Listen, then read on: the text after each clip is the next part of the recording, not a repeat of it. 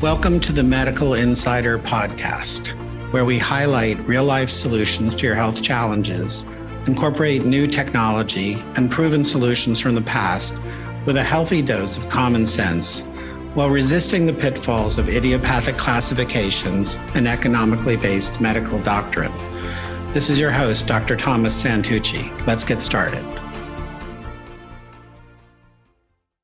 Welcome to this first edition of the Medical Insider. We're going to borrow heavily from the functional medicine traditions, add the new technology that's happened, and then add the new regenerative medicine, when we're talking about essentially repositioning your capability to deal with your issues from the outside to the inside. When we talk about a functional medicine context, the Functional Medicine Institute and the people really on that side of medicine kind of did a deep dive in rewriting diagnostics and rewriting organ understanding and rewriting interrelationships of causality. Came up with a couple of really amazingly good models that made conventional medicine not look so good. When we're looking at specific conditions, we can take a deeper dive when we're looking at cognitive disorders like Alzheimer's or Parkinson's or just dementias in general. We see that by combining different parts of medicine, we can get much better results. And we're going to be reviewing those. The specific interventions will also talk about new technologies. A thing that's happened and is happening as we speak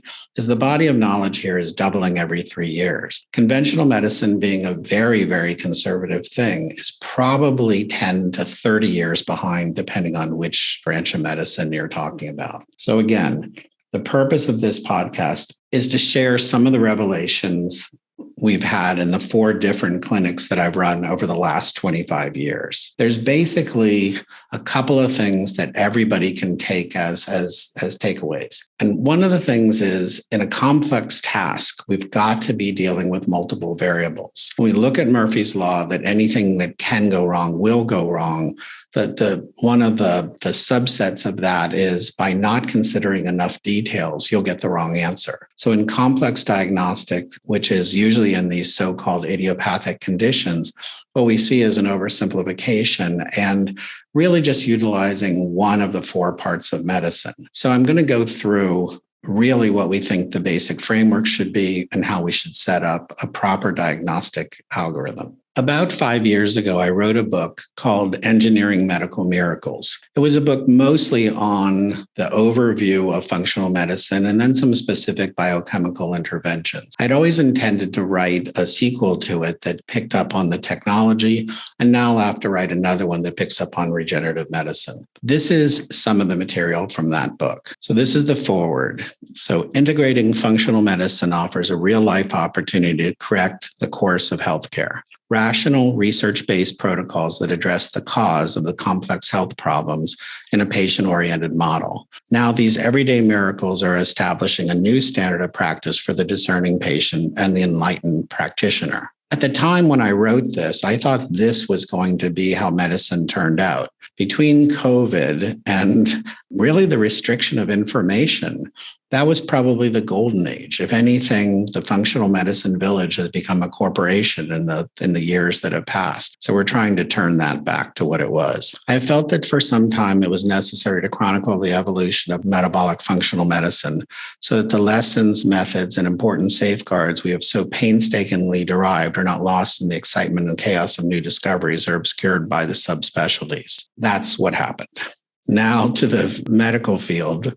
New to the medical field, functional testing and protocols were initially disregarded by the neurologist, endocrinologist, and internal medicine docs because of the unwarranted claims to correct incurable conditions. At the time, I thought that was changing. It's not. Much of the perspective of this book stems from my background as the son of medical parents. Georgetown educated, enjoyed some intense Washington, D.C. and Silicon Valley business career prior to becoming a doctor at age 40. I was classically trained as a chiropractor. My medical education started with the orthopedic and holistic orientation of that profession. progressed to the biochemistry of functional medicine and has continued with the brain-oriented work of the functional neurology, QEEG, neurofeedback, and now is settling in idiopathic diseases and regenerative medicine. My very favorite thing on earth is stem cells. Each of these subspecialties employs a way of thinking and an intrinsic belief system that becomes kind of a creed for its practitioners to follow. This is perhaps justified by the substantial advances that they have made and their very real, tangible clinical results, but it also limits them. In each case, I have felt it was necessary when I got different kinds of education to avoid drinking the Kool-Aid of any one subspecialty. Clinically, the apparently simple solutions have never yielded good results for the support of complex conditions. In the early days of trying to understand fatigue and pain syndromes, we need to develop solutions that combine inputs from the vastly different worlds of neurology and biochemistry. Recently, this work has progressed into a potent mix of machines and processes, integrating sophisticated neurofeedback equipment, PMF generators, and efforts to support cognitive conditions like depression, anxiety, and memory loss. Later, when we add regenerative solutions like stem cells, intranasal applications that go directly in the cerebral spinal fluid, we begin to make real inroads into very complex conditions like Alzheimer's. The goal of this work is not so much to provide specific tactics, but rather the broad strokes to recover and sustain health with the 50 years of functional medicine insights and the new technology. The contributions of many neurometabolic solutions are going to be covered. Interventions and concepts are meant to be presented in a straightforward and understandable manner. It's my hope that neurometabolic changes will provide a stage for the next phase of health interventions that hold the promise of significantly increasing vitality and extending life. So in general, I want to give you a heads up of how this is going to work. So we're going to cover a functional medicine context. Functional medicine has provided really an outline for the handling of complex conditions. It assumes the basic model uses antecedents, triggers, and modulators. So it assumes that we're looking at the patient as an individual. One of the things that we've really gotten away from, especially in the subspecialties, is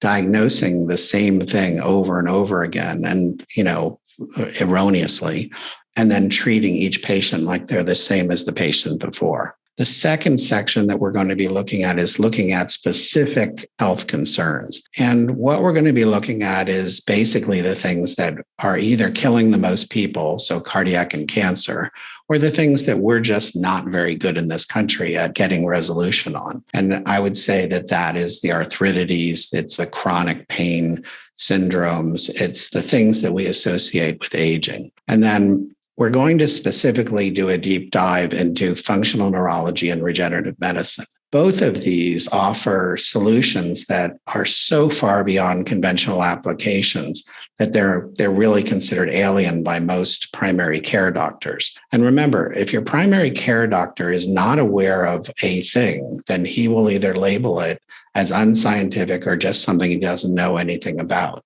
We had a recent referral to internal medicine doctor who had been taking care of a post-cancer patient. And he said that, under no circumstances would he mess around with hormones. That was fascinating because hormone therapy is exactly what would have prevented that patient from having another relapse. So when we look at what's going on with the conventional kinds of, are the avenues for education and the avenues for expansion in conventional medicine keeping up with the research, we're seeing some major problems. That's the bad part. The good part is that this leaves an opportunity for practitioners, for patients to actually begin to explore these things, to look in more than one area and design a solution for you that goes way beyond convention and probably suits your healthy, long life in a much more effective way. So in the next podcast, I'm going to go into what we're really doing these days in terms of understanding clinical efficacy and in terms of addressing specific conditions. Look forward to seeing you on the other side. Thanks for listening to the Medical Insider podcast. If you enjoyed today's episode, make sure you visit medicalinsider.com. Go ahead and sign up for these episodes. Get them sent directly to your inbox. Do us a favor and give us a like.